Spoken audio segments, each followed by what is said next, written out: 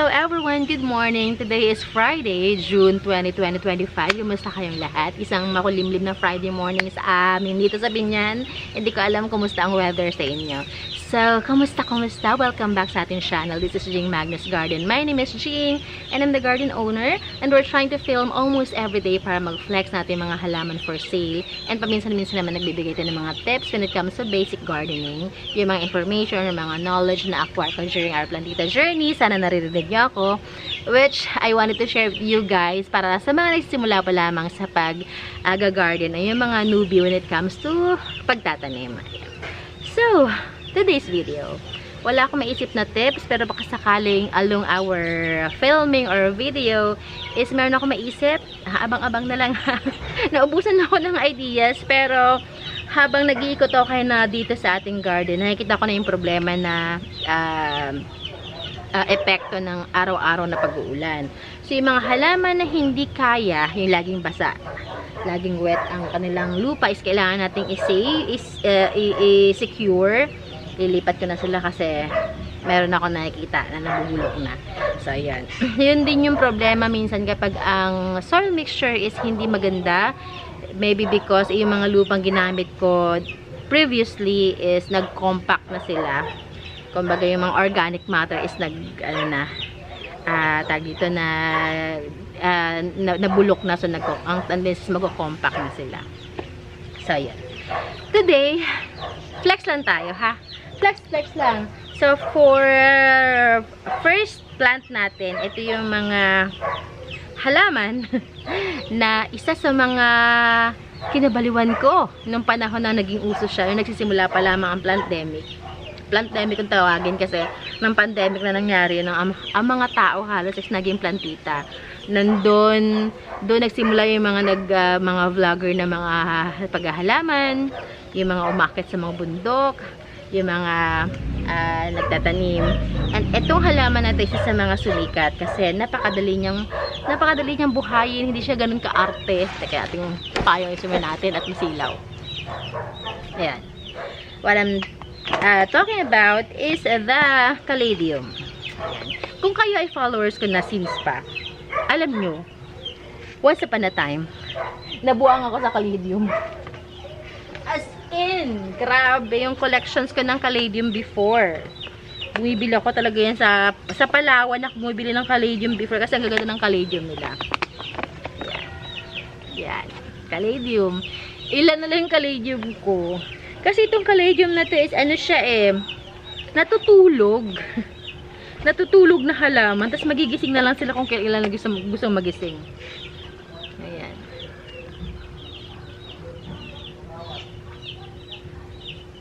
Ganda pa rin nila, no? Hindi nagbabago. Ang dami nito. Multiple stem siya. And malaki na rin ang kanyang bulb. Ayan. Kung gusto niyo, kayo na lang maghiwa-hiwalay. Kung gusto niyo padamihin talaga, yung paghiwa-hiwalayin ng lagayan. Pahingin ako na isang bulb, ha? Para may maiwan lang sa akin. Ayan. This one, sige, benta ko to sa inyo ng 250 pesos. Dami nito. 1, 2, 3, 4, 5, 6, 7. And counting. Yan. 250 lang to. Ganito kadami. O, yan. Wala na masyado nagka-caladium ngayon, no? Nawala na talaga siya. Pero ako kasi, para sa akin, yung beauty nila is, hindi nawawala. Lalo pag nabubloom sila. Ngayon tag-ulan, magigisingan sila. Yan. Ngayon at pagising nila pag tag-ulan. Okay. 250 lang yan si caladium. May bawas pa kung gusto ninyong bawasan. Mag-usap tayo, mga kaibigan. Saka ilalagay. Si caladium. Hingil ako ng isang bulb para may maiwan sa akin kahit isang bulb lang. Dadami naman kasi siya eventually. Next natin, itong ating golden serratum na pwede nang i-cut. Ayan, naglumago na siya. Ayan. This is for only 230 lang. 230 lang to. 285 nga siya. 230 lang. Ayan, caladium today. Si golden serratum natin na hindi pa ganoon ka-matured ang mga dahon, pero ganyan ang kulay. 230. Kailangan ko naman lang. Ito naman ba yung marker ko? I think so. Ito lagi kong problema. Marker! Sa ang ating marker, mga friends. Ay, hindi, dito pala.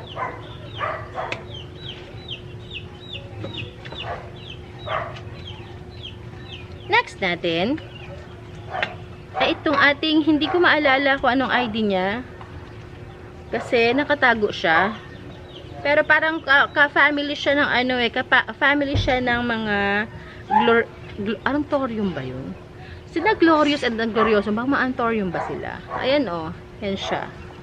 Pwede na itong i-cut. Yan ang kanyang dahon na nagsisilver-silver na makapal. Hindi siya mami ay eh. Iba yun sa may mami ay kasi ako dun eh. Yan siya. This is, sige, 520 nga siya before, oh. O kahit 450 na lang to. 450. Yan. Hindi ko maalala ang kanyang ID. Exact ID. Ito ka muna. Or here. Kasi mabalanda. Okay. Next natin.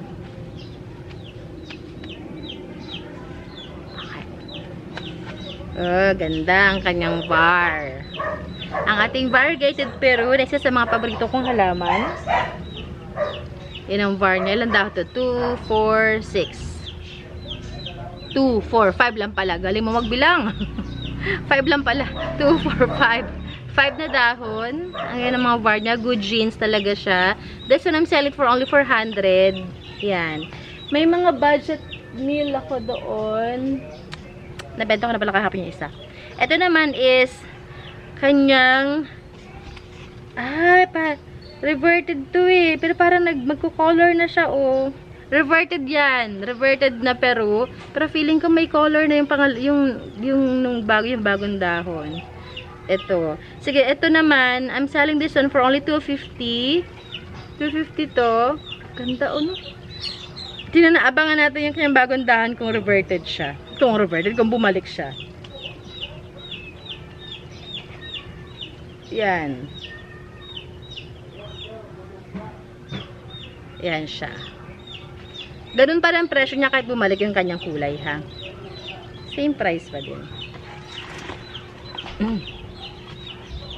Next natin, at ito din, isa dito si Birkin na kinabaliwan talaga ng sobrang mahal nito. Birkin, ang mahal-mahal na ito. Libo ito noon. 350 pesos. Birkin, 350. Yan. Meron tayo nakapat na doon kung gusto ninyo. Mas lush siya. Ito naman is 450. Ayan siya. Ganyan siya kaganda. 450 yan. Sa Birkin. Next natin, itong ating red banana. Red variegated banana. Yan. This is for only 180. 180 lang to. Si banana natin. Red banana, 180.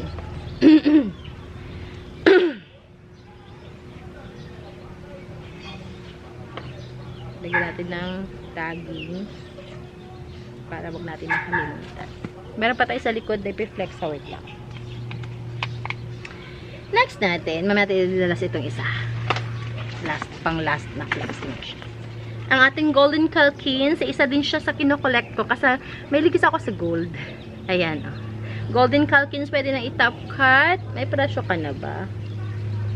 Nabura na ang presyo niya. Ayan. This one is for only 280 pesos. 280 lang to. Pwede nang i-cut. Pwede nang i-propagate kung gusto niyo i-propagate. 280.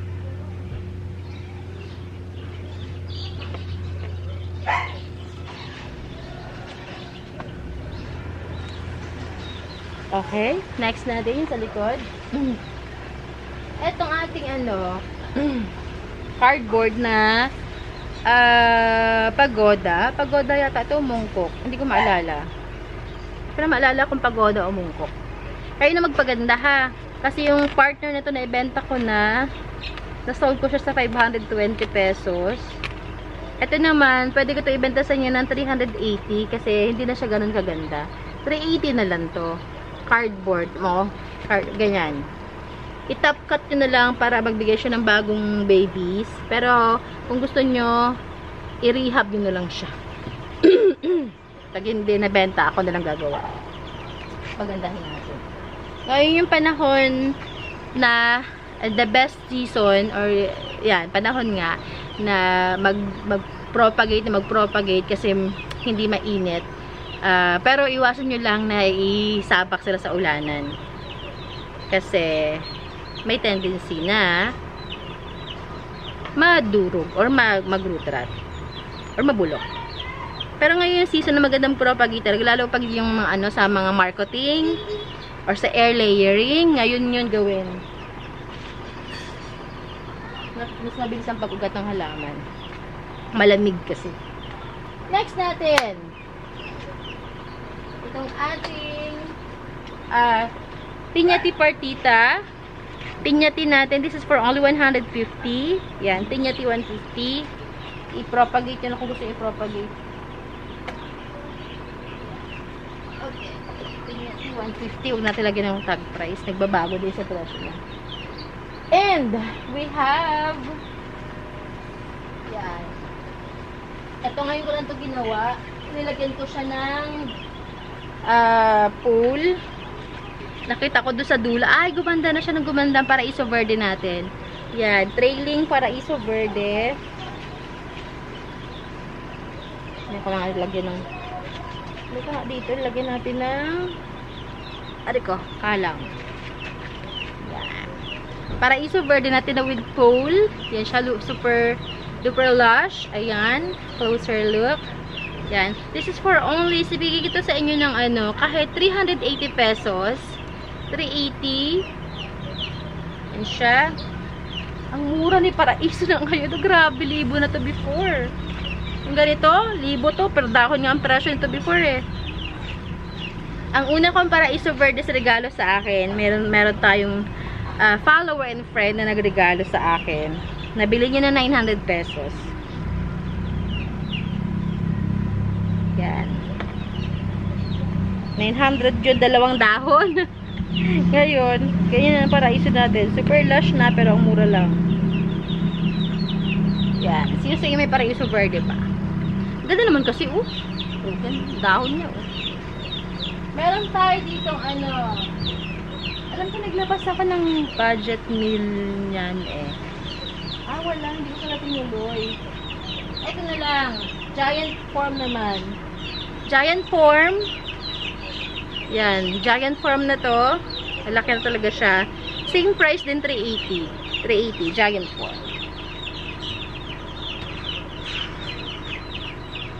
380 giant form Paraiso. Malaki na yun. Ang dahon nun. Okay. Tips para magkaroon ng giant na dahon ng mga halaman. Napaulit-ulit ko na sinasabi. Pero para to sa mga bago natin sa ating channel. I-propagate yan, i-propagate. Kasi ang susunod na bibigyan ng dahon niya malaki na. Or yung suhi niya malaki na. Next natin, itong ating this one. Ang ating Epi na flame. Epi flame na sobrang lush. Kasi ayan nagsuhi-suhi na siya kaya ganyang kalash.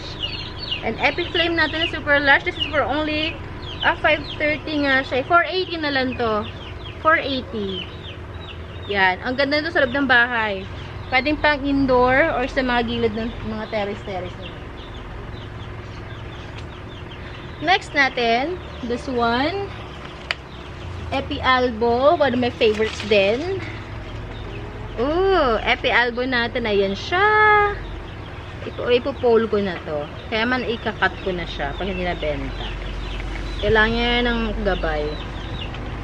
Yan. This is for only 450 lang. 450. Kaya na siya. Super lush. Epi Albo. Next natin is eto. Last pot ko na Thailand na Thaicons. Ayan. Thailand Thaicons. Mother to ha. Yan, pinagkatan ko siya. Tapos yan ang ugat. Kita niyo yung ugat. Ayan. Yan. Yan sa kanyang bagong suhi. And papalabas sa dahon. This is for only 950 lang. Mother na to. Bigay ko na sa 950. Yan. Pag hindi, akin pa rin siya. Pag hindi nakuha, akin pa rin. Mine pa rin siya. Paladamihin ko na lang, palalakihin ko na lang siya. And last spot natin for today, but definitely not the least, is ang ating tricolor na, ayan, philodendron. Tricolor siya or Queen Elizabeth. Parang, si Queen Elizabeth kasi parang na face out na din. Pero tricolor daw to. So, tricolor, ayan siya. Giant size or big size. This is for only 530. 530 tricolor. Okay. Alright. Ganda. Ganda ng kulay. Masaya sila pag tagulan kasi talaga. Pero again, depende sa inyong location at depende pala sa kanilang location kung saan nyo sila nilalagay at sa kanilang soil mix. Kapag ang soil mix nila is compact or hindi maganda yung tag dito, yung drainage niya. Hindi siya well draining na soil. Yan, may tendency na marutrat, kaya iingatan nyo, i-check nyo yung mga halaman ninyo, titidan yung kanilang current vegetation, kung tingin nyo ba makikita kasi sa dahon yan, mag-manifest naman siya sa mga dahon, and mararamdaman nyo din naman, kung talagang kayo ay plantita, mararamdaman nyo na may problema yung mga halaman. Okay? So yun lamang. I hope meron kayo nagustuhan sa mga Finlex natin today. And if you do, nasa description box ang ating contact information. We deliver via Lala Move. We can deliver sa mga malalapit nating mga kalapit natin na probinsya like Batangas, Rizal, Cavite, Bulacan, and Pampanga. Basta abot ng Lala Move, kaya natin yan.